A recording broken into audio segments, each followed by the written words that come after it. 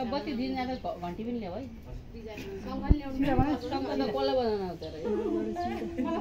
बुवालाई बनाउन आउँछ अब भयो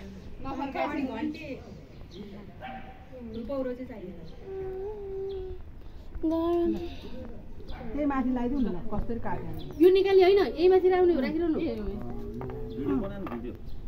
त्यो धेरै बनाएको छोरी बनाउनु यही माथि लाउनुपर्छ नि काहीँ लतपति कति वर्ष भयो कति वर्ष 17-18 वर्ष होला तपाईँ चाहिँ के गरेर एउटै बुढी भएर पनि लाएर मान्छेको त्यो बुवाको कान्छी बुले उहाँ बुवालाई पुरपुरतिर फेरि होला भन्नु फेरि होला फेरि होला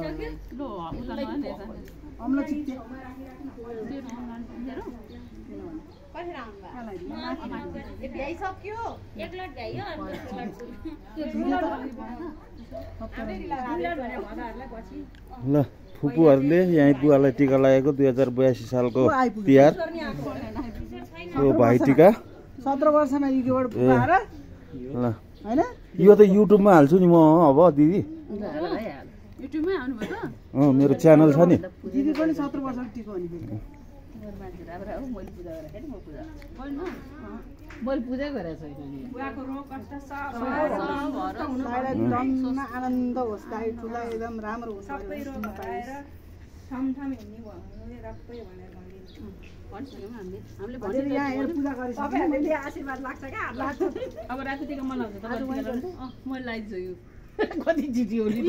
थप्दैन एक मास थप्दै के यो सबैको लायो अब रातिको आफ्नो त्यो गरेर लाग्यो सिन्काले थप्दैन सिन्काले नथप्ने बिग्रिन्छ काम भने गाह्रो हुन्छ भनेर अरू नआएका होइन गाह्रो हुन्छ एकैछिन भनेर सुताएर भए पनि लगाइदिएर आवाज गाह्रो हुन्छ नि त राखेर नआएको बस्ने एकतिर बस्ने एकछिन भनेर सबैलाई ल्याउनु हुन्छ हुन्छ अब दिले दाइलाई बस्ने हुँदैन नाकबाट रगत आउँछ भन्नुभएको थियो हो त हिजो त्यही त हो नि हिजो त सबजना आत्तिए छन् के मैले त्यसो भनेपछि हो राति ताल्लेको अनि भाइ पनि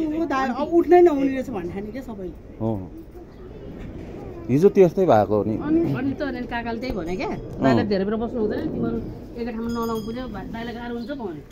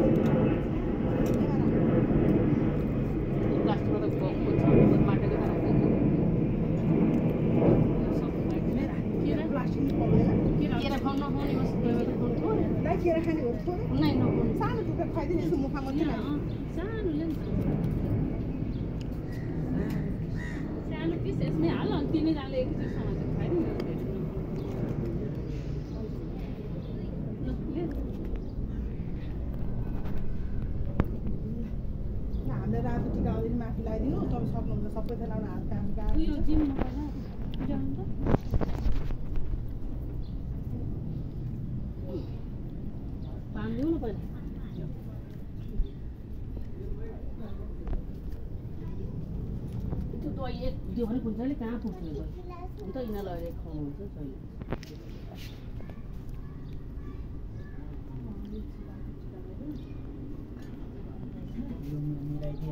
गाह्रो हुँदैन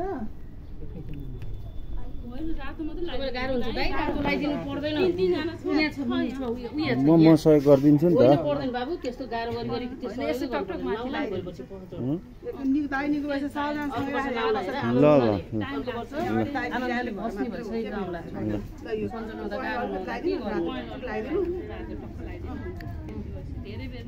गाह्रो भयो त्यही भएर त्यो छटकरी पार्यो भने के न सबैजना सँगै लाउने भन्ने कुरो भएको अनि दाइले यस्तो भएको चाहिँ के गर्ने भनेपछि अनि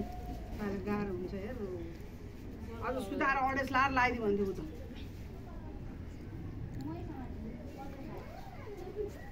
यो मेरो ठुली फुपू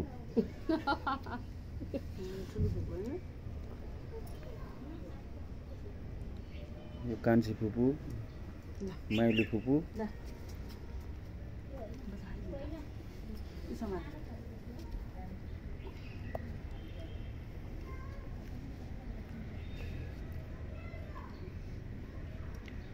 भाइ बहिनीहरू त सबै विदेशमै होला नि है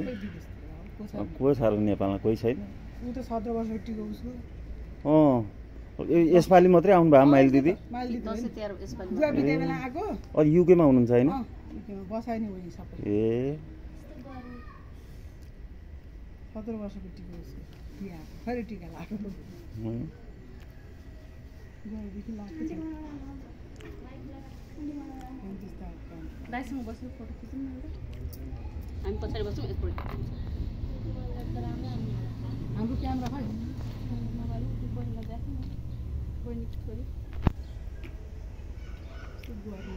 है पसिना आइस दाले तातो भयो सन्चो भयो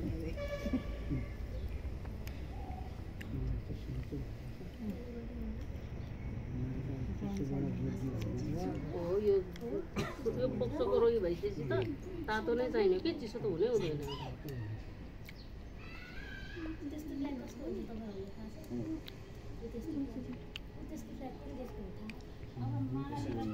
ठिकै छ नि यति लाउनु पाउनु ठुलो कुरो हो त्यही त्यसैमा अलि बरु लगाउँदैन दाइ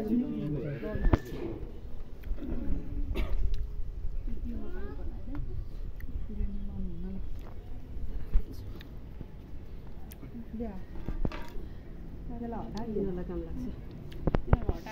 बुहारीलाई लैजाऊ भन्नु हुन्छ त्यो पनि यहीँ राखेर गरौँ न एकपल्ट खोइ भाबी खै त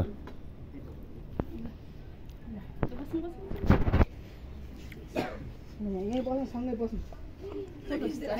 ल खिच 82 सालको तिहारको भिडियो